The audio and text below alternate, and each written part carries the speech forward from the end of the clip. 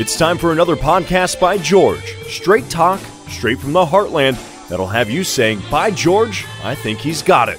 Now, here's George.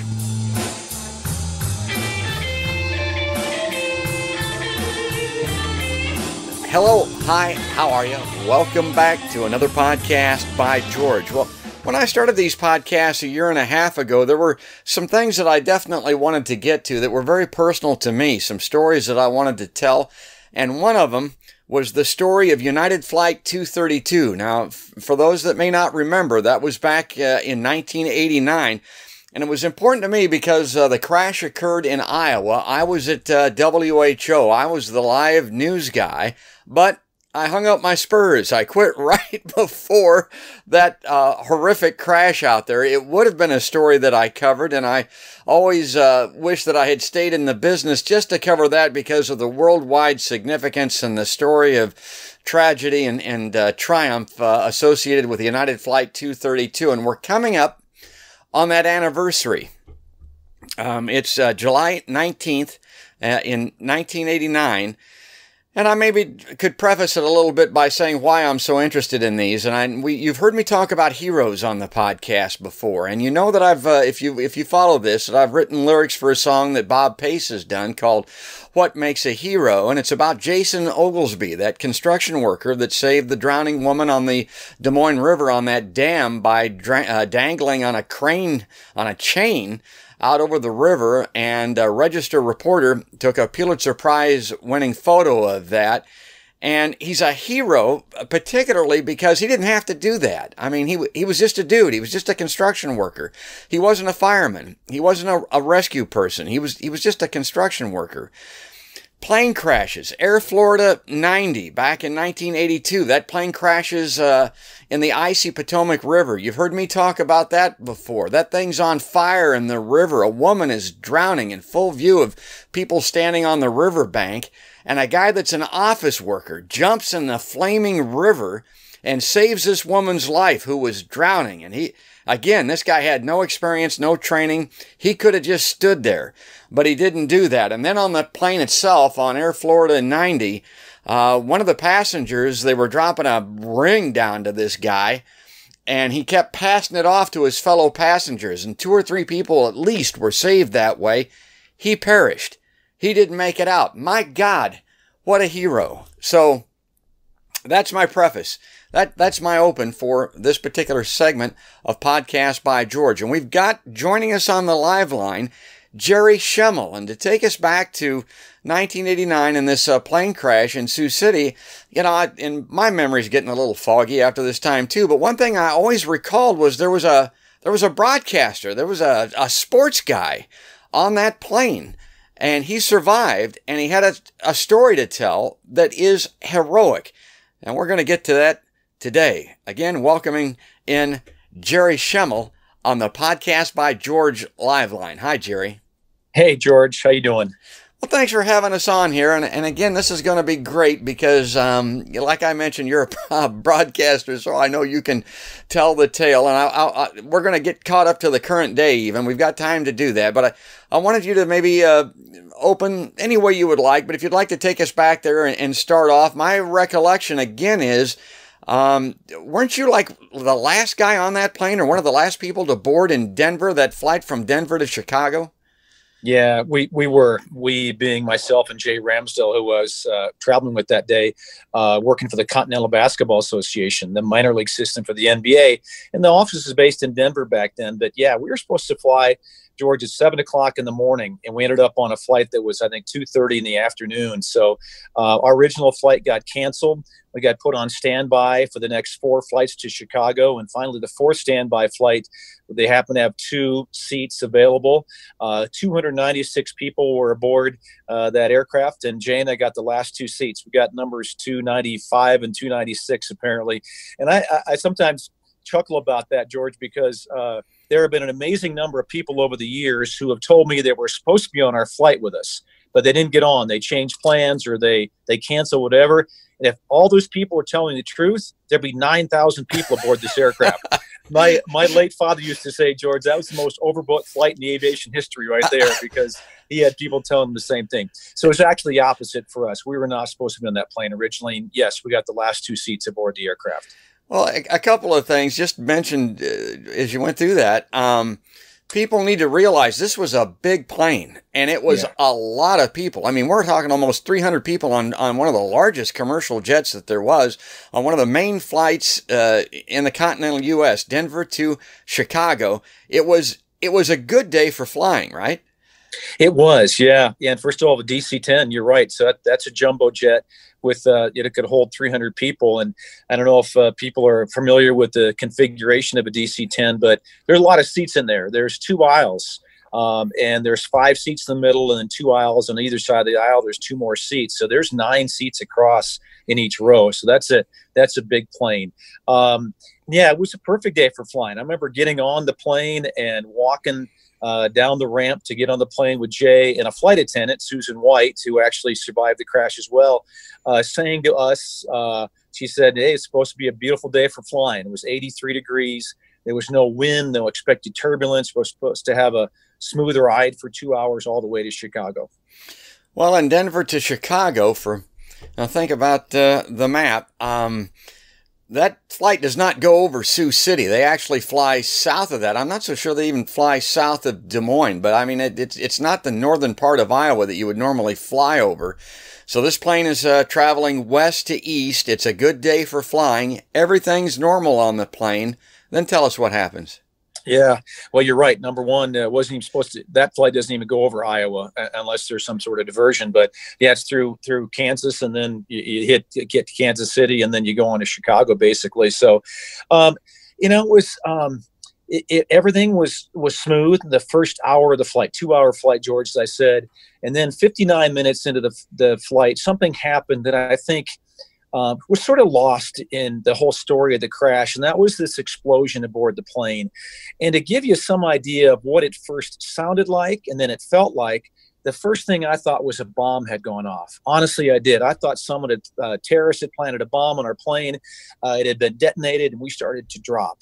And I remember, I don't know if you remember Pan Am 103. It was down by a terrorist bomb over Scotland. Yeah, it happened just six months before that. And I thought, in those moments, the same thing has happened to us, that a bomb has gone off. It's blown up the plane. We're going down. That's it for everybody. And as you might guess, panic took over the cabin and a lot of screaming. And I remember thinking this so clearly in my head through all this chaos of an explosion, the panic in the cabin, thinking to myself, all right, I got 2 questions. Number one, how many people are aboard this plane? Because I think my thought was, all right, how many people are going to be dead here in the next couple moments? And secondly, and the number 200 came into my head. I was almost 100 people off. There were 100 people more than that. The other question was, how long does it take a DC-10 to drop 37,000 feet?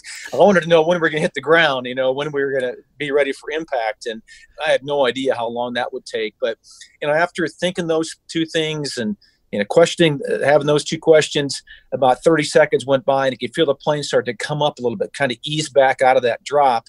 And eventually, after probably 2 or 3 minutes, we actually leveled off again and felt like we were flying normal. Well, and that's a big part of what happened. So that explosion that Jerry's talking about, that was an engine fan that exploded basically and blew off part of the tail section. And when it did, it sheared all the hydraulic cables. Basically, all of the controls on the plane, except for the throttles, are controlled by hydraulics. And the captain, Al Haynes, is at the controls, and they didn't know what the hell had happened.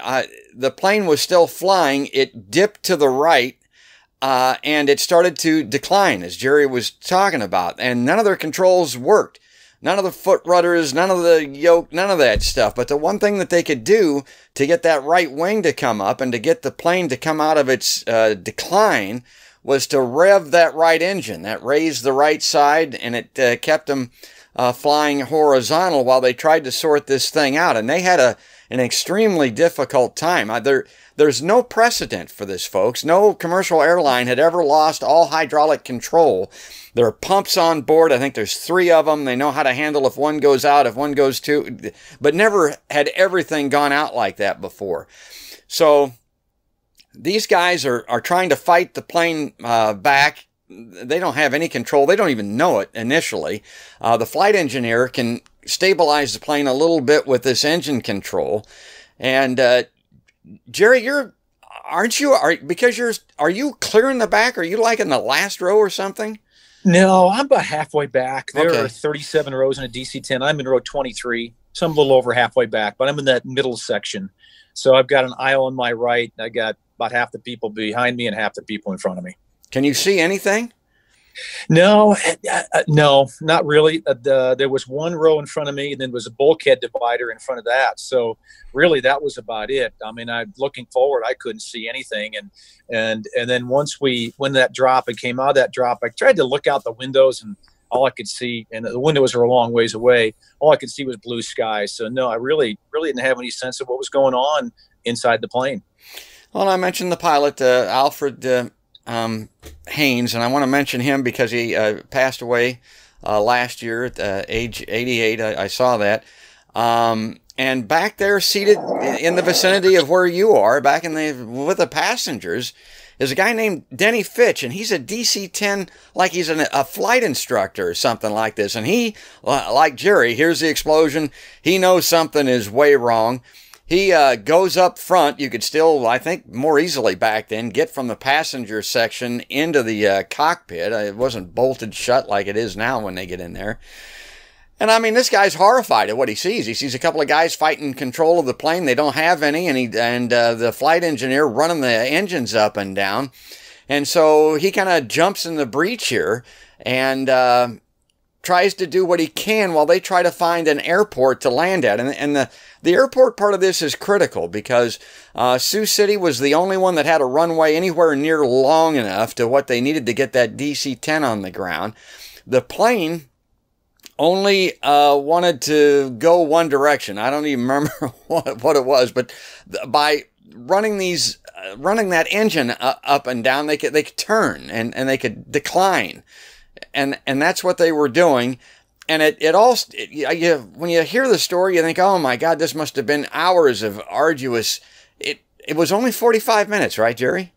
Yeah, exactly. From the time of the explosion till we touched down was 45 minutes. And I think, George, that sounds like to some people, it seems like a long time. Some people, it seems like a short time.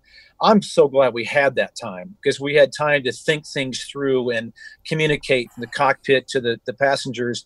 We had time to go through the emergency landing procedures, not once, but twice. We practiced them actually, which is kind of morbid, I guess. But yeah, we had 45 minutes and I wouldn't want any less than that. I don't know if I'd want any more than that either as a passenger. And I've heard some of the cockpit recordings. I think Haynes said it was going to be a rough landing. Did you think it was going to be a crash? Yeah, I did. And Captain Haynes made sure we understood that. He told us a number of different times to be ready. I know one time, like you said, he said, this is going to be rough. This is going to be rougher than anything you've ever been through. You need to get ready. Another time he said, I don't want anybody planning on us landing safely and walking off the plane. And he said, I want everybody to understand this is not going to be a landing. This is going to be an attempt at a crash landing. He just knew, cockpit crew knew, George, as you well know, that they just had so little control of the plane. They were going to come in way too fast, way too hard. The rate of descent was going to be way past any kind of safe landing zone. They just knew it was going to be hard, and they wanted us to understand that as well so that we could be ready as best we could as passengers. Well, and they're flying west-east, as I mentioned. They're south of Sioux City. This plane wants to, they need to go to the left, but the plane, because of the wing only going down, and it wants to go to the right. So they keep circling, they circle right to go left, if that makes any sense. And they get it on a line roughly to get it to the Sioux City airport. And then... And you had flown, I mean, you were a young man then. My God, I was younger then too, Jerry. Did you know that you had too much speed? Did it feel too fast to you coming in? No, not really. I never got that sensation. I really didn't. We were told that it was going to be a rough landing. I didn't know what that circumstance meant. I didn't know if that was because they didn't have landing gear or didn't, steering. I had no idea why we were in such danger.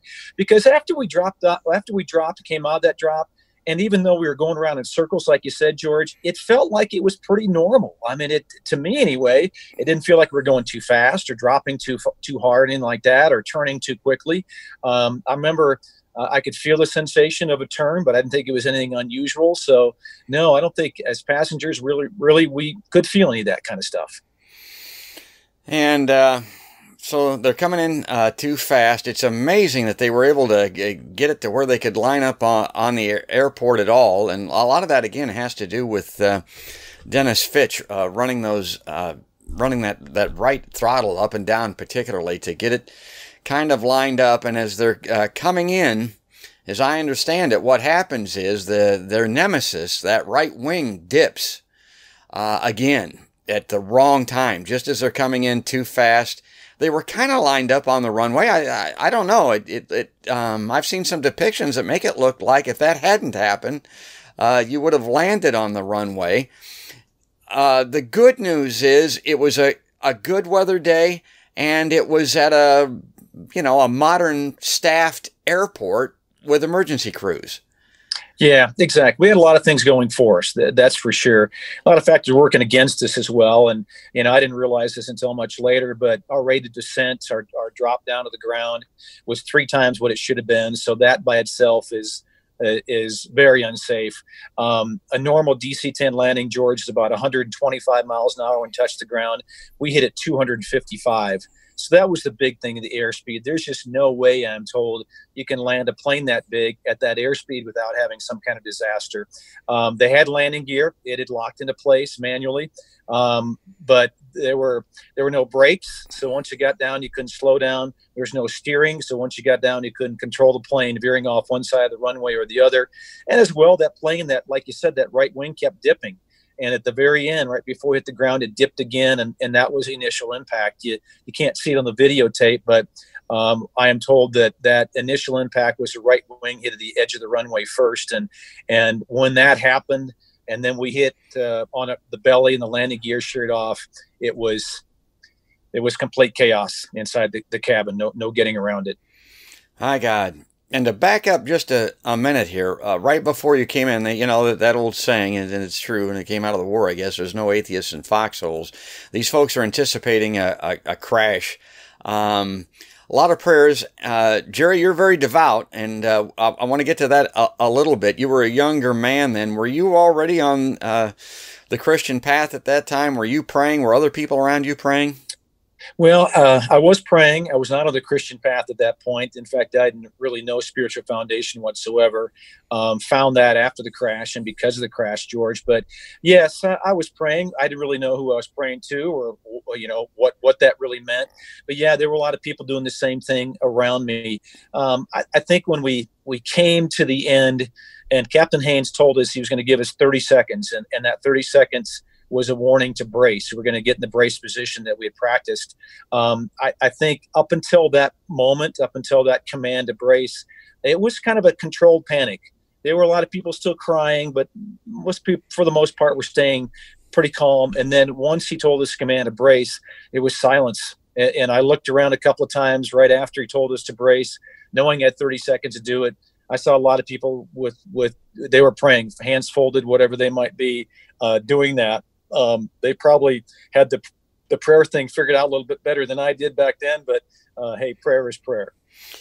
When you hit the ground, a lot of people will get into that situation if they survive and tell you that everything slows down, that it lasts an eternity. Other people will tell you that it was like a blink of an eye and they don't even remember what happened. Where were you at on that?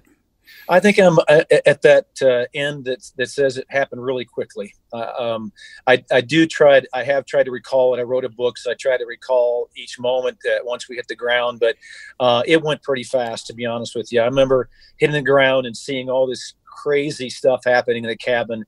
George, with people being thrown about, so some still strapped in their chairs, others thrown from their chairs, and in the first couple of seconds after we hit down, and smoke and fire and debris. And then after about 15 seconds or so, maybe a little longer than that, thinking, all right, there's damage here. There's probably some people that aren't going to survive, but we'll coast to a stop, and I'll assess things then. That was about the time we flipped over and then slid upside down and backwards for 4,000 feet, at least the piece of plane that I was in. But in 4,000 feet, it had to be at least a minute. It seemed like a couple seconds to me. It really did. It seemed like we flipped over, and I'm holding on, and I'm thinking, don't let anything hit you. Hold on as tight as you can. And about the time I had that last thought, boom, we came to a stop in a cornfield.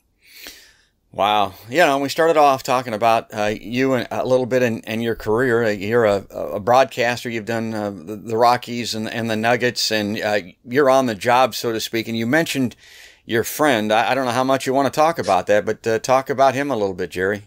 Yeah, he perished in the crash. Jay was sitting in row 30, so he's 7 rows behind me against the window. So if I look back over my shoulder to my right, I could see Jay against the window. And it turns out that where he was, it burnt very badly. A fuel tank ruptured back there. We didn't have a lot of fuel left, but the plane caught fire back where Jay was. In fact, I didn't identify Jay's body until Sunday night, and the crash happened on a Wednesday afternoon after his parents actually sent his dental records to Sioux City to get him identified. So, but he was, George, just a wonderful guy. He's a great friend. He was the youngest commissioner in the history of professional sports. Became commissioner of the CBA at the age of 23, unprecedented. Just a really, really bright guy with a bright future whose life was taken prematurely, in my mind, anyway. My God. All right, so the crash has occurred. You come to a stop, and I just can't imagine this tumbling action. There's fire. There's a lot of smoke. Did your seatbelt hold? Were you still strapped in? Do you even know? Did you have to unbuckle to get out of there? I did. Yeah, I was one of the very few people in my area in that position where my seat stayed intact and my seatbelt stayed. So yeah, when we came to a halt, I was hanging upside down in my chair with my seatbelt still fastened.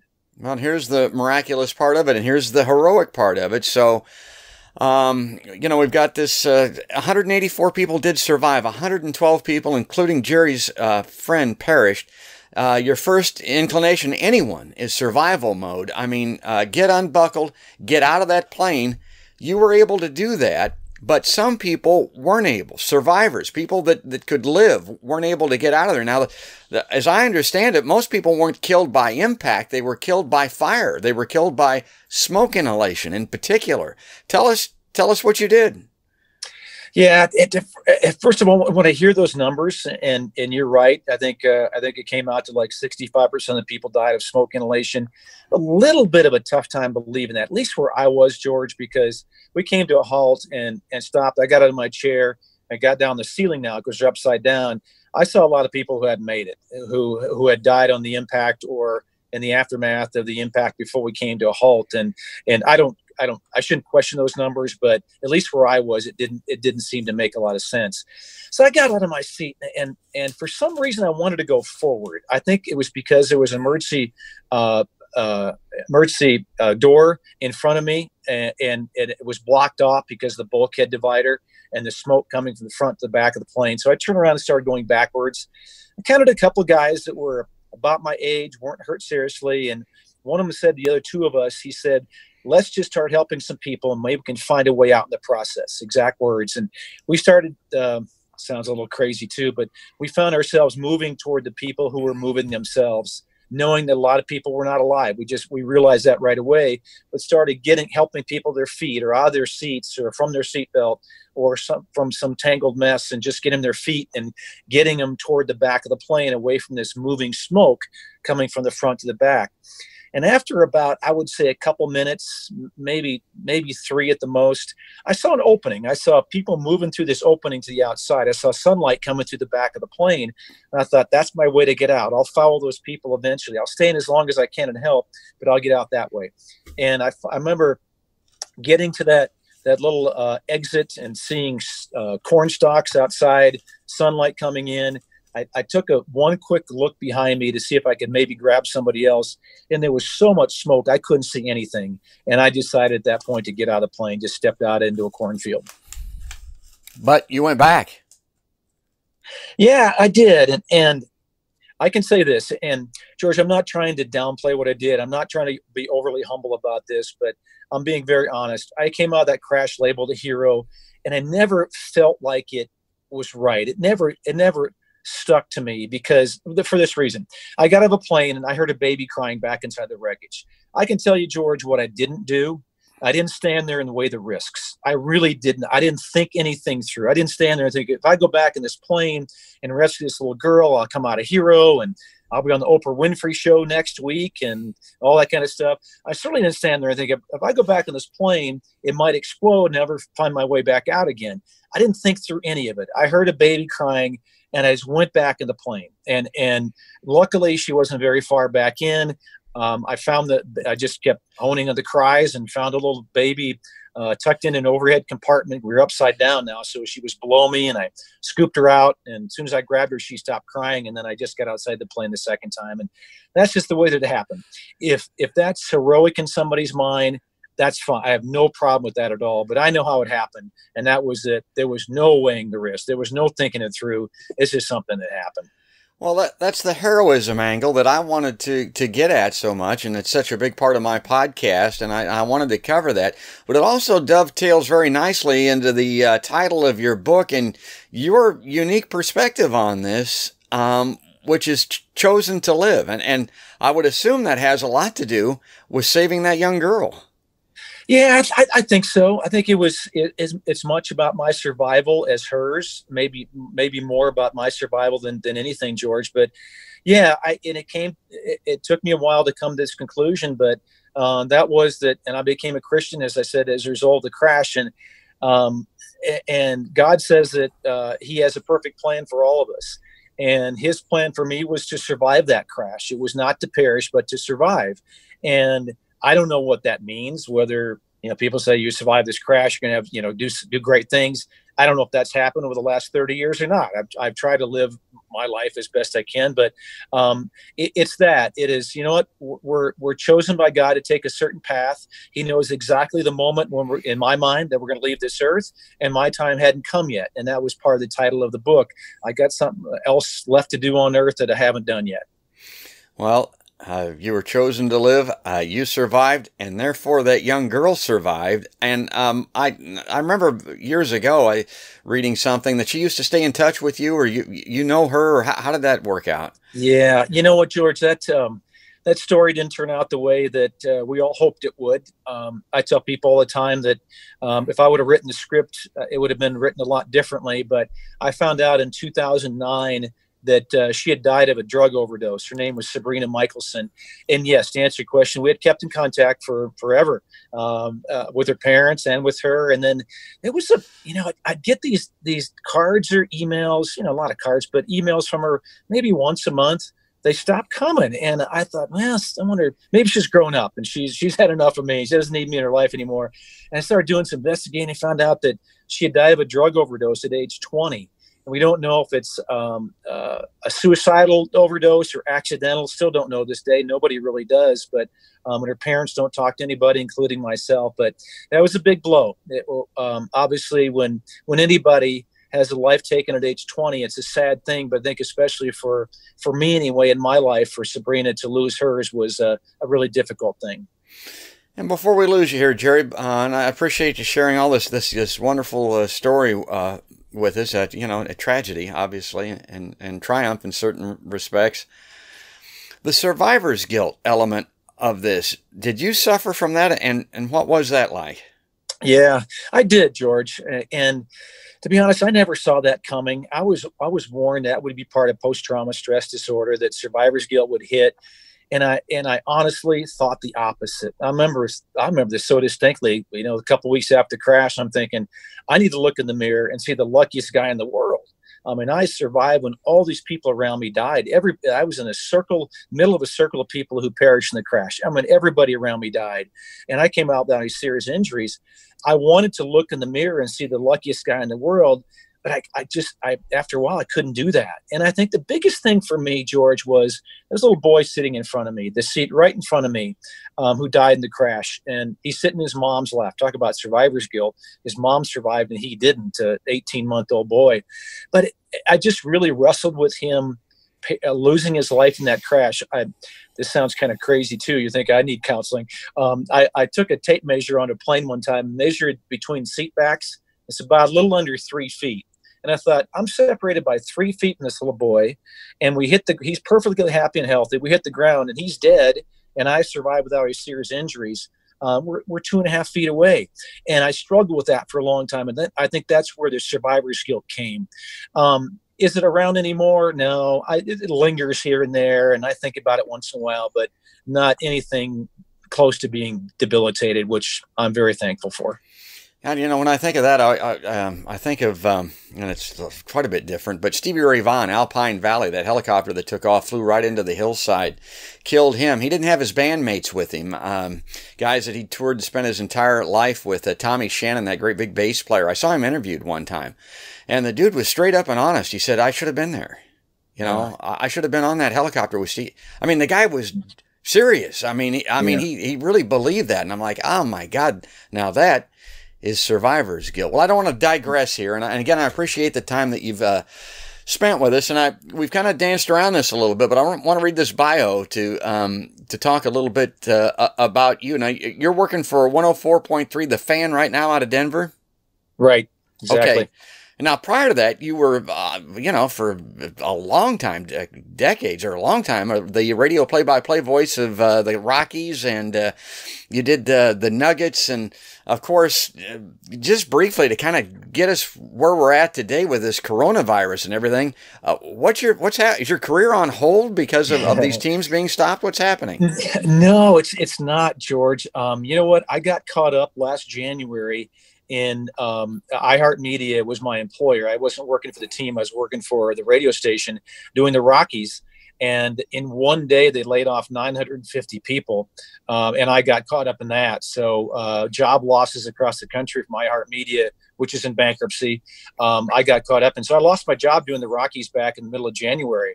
But it was a great run. I was in the NBA for 20 years, did the Minnesota Timberwolves for 2 years, the Nuggets for 18, and the Rockies for 10. So 20 years in the NBA, 10 in Major League Baseball. I mean, that's what every young broadcaster dreams about. So I just feel very blessed. And these days, I'm kind of semi-retired. If I get back into play-by-play, I'd love to do that. I'm not sure that there'll be that opportunity again. I'm working at an all-sports radio station that's called The Fan here in Denver, ratings champion, by the way, and just filling in and doing a weekly show called Amazing Americans. And so having a great time, enjoying life as much as I ever have. Well, good on you. And it connects to me a little bit because I was in the business that you're in. I didn't make it. You did. You survived. I'm glad of it, Jerry. We've got to leave it here for today. Any closing thought, anything that you always want to make sure that you leave people with, or anything topical that you'd like to finish with today? I think my wife said this a long time ago, George, and it makes sense for me that maybe people can identify with. But she said this. She said, everybody has their own plane crash. George, I know you have yours. I don't know what it is, but you have your plane crash. It might not be as bad as what I went through, my plane crash. It might be worse than I went through. I don't know what it is. And most people watching or listening to this podcast have their own plane crash. I just hope that when you do, or if you've had it already, that you were better equipped than I was to get through it, because I wasn't ready for my plane crash. And when you have your plane crash, and most of us had ours already, if you haven't, it's coming, just do your best to work through it, to rely on other people, to rely on God to help you get through that. And you can do it. You can get through your plane crash. I'm guessing you've gotten through yours, George, already. You're a smiling guy, I can tell you that. So that's the attitude we have to take. We all have our own plane crashes. Just do our best to get through them. My God. Well, people ask me all the time why I do this podcast in retirement. That's why, folks. It's somebody like Jerry Schemmel being able to share those thoughts and to help people get through life. And that's a great roadmap. That's a great way to close. Jerry, thanks again for coming on a podcast by George. You are very welcome. I enjoyed it. Thank you, George. That's going to do it, folks. That's going to wrap it up. If you like Podcast by George, follow us on Facebook, like us on Twitter, and we're on iHeartRadio. Believe it or not, we're on the app that Jerry mentioned. We're also on iTunes, and YouTube is a good place to subscribe and ring that notification bell so that you get each and every podcast when it comes along. That's going to do it for today. We're remembering July 19th, 1989, and United Flight 232 with our new friend Jerry Schemmel. That's another podcast by George.